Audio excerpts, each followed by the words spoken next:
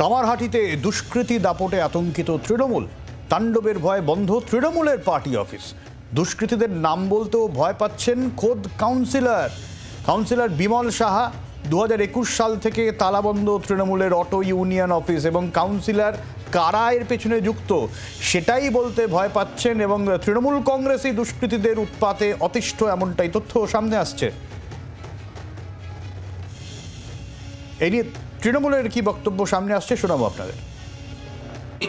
গত 1 বছর আগে ওই অফিসটাকে কিছু সমাজ বিরোধীরা, এন্টি সোশ্যালরা দখল করবে বলে 2-4টে গ্রুপ গোষ্ঠীদ্বন্দ্ব হয়ে গেছিল। দখল করবে বলে বিভিন্নভাবে চক্রান্ত করছিল। আমি বুঝতে পেরেছি, দেখুন কারা ছিল আমি সেটা বলতে, তবে এন্টি সোশ্যালরা ওটা দখল করে দুটো গোষ্ঠীর মধ্যে, ধরুন জয়ন্ত থাকতে পারে, অন্যজনও থাকতে পারে, কিন্তু ওই অফিসটাকে দখল করার জন্য নানাভাবে চক্রান্ত করে, কেউ ভাঙার জন্য চেষ্টা করে। আমাদের মাননীয় বিধায়ক মদন মিত্র এটা বুঝতে পেরেছিলেন এবং আমার যে শ্রমিক ইউনিয়নটা ছিল মদনদা, ওটা প্রোগ্রেসিভ ইউনিয়ন বলে নিজের নাম দিয়ে তখন ওই জায়গাটা মানুষ যে দখল করা অথবা চক্রান্ত করে ভেঙে দেওয়া, টোটাল জিনিসটা কিন্তু বন্ধ হয়ে গেছে। এটা থ্যাঙ্কস মদনদাকে, মদনদার জন্য কিন্তু অফিসটা এখনো রয়েছে।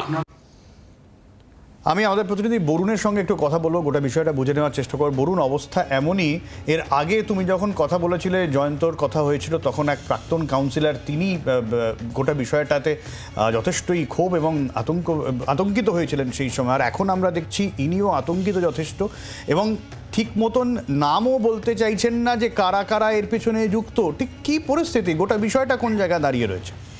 একেবারে দেখো সৌরাষ্ট্র, আমি যেটা বলতে পারি, কামারহাটি পৌরসভা এই মুহূর্তে অগ্নি স্তূপের মধ্যে বা বারুদের স্তূপের মধ্যে দাঁড়িয়ে রয়েছে। এটা কিন্তু বলা খুব একটা কম হবে না, তার কারণ কামারহাটি নিজেদের তৃণমূল কামারহাটি ঠিক মোড়, একেবারে যেখানে কামারহাটির প্রাণ কেন্দ্র, সেই মোড়েই রয়েছে এই ইউনিয়ন অফিস, বিধানচন্দ্র রায় শ্রমিক ভবন। 2021 সালের পর থেকে এই শ্রমিক ভবন বন্ধ করে রাখতে বাধ্য হয় তৃণমূলের কাউন্সিলর বিমল সাহা। তিনি কিন্তু এইখানে প্রতিষ্ঠা করেছিলেন এই বিধানচন্দ্র রায় শ্রমিক ভবনের, এবং সেটা কিন্তু বন্ধ।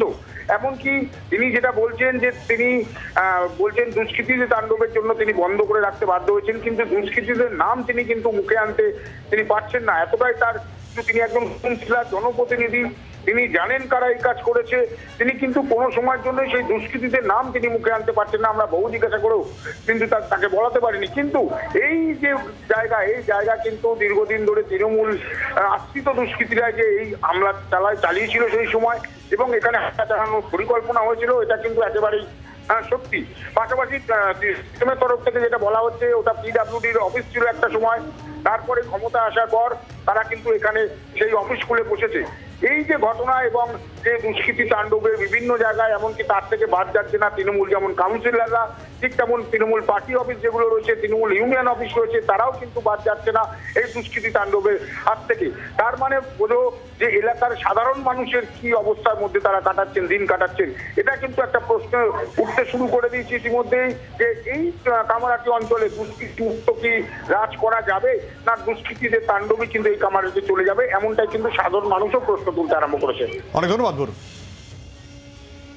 আর এই নিয়ে বিরোধীরা কি বলছেন, সিপিআইএম এবং বিজেপি, শুনবো।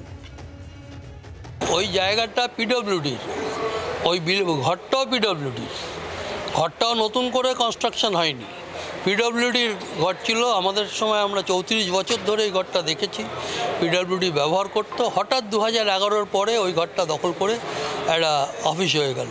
যারা নিজেরা গিয়ে বস্তিতে গিয়ে বলে আজকে না হলে আজকেই যখন ভেঙে দেবো, তাদের কাছে এসব কথা মানায় না।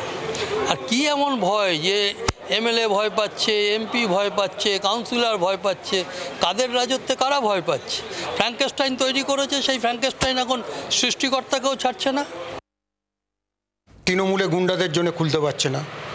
গতকালই চোপড়ার ঘটনা দেখুন, তৃণমূলের এক নেতাকে গুলি করে প্রকাশ্যে খুন করে দিয়ে চলে গেল। আপনি ভারতবর্ষে কোথাও পাবেন না যে তৃণমূলের চেয়ারম্যান, বিধায়ক তারা দুষ্কৃতীদের গুলিতে মারা যাচ্ছে, অর্থাৎ তৃণমূলকে মারছে। স্বাভাবিক আছে, যেখানে তৃণমূলের কাউন্সিলররা ভয় পাচ্ছে, তাহলে সাধারণ মানুষের কি অবস্থা আপনারা চিন্তা করুন এই বাংলার বুকে।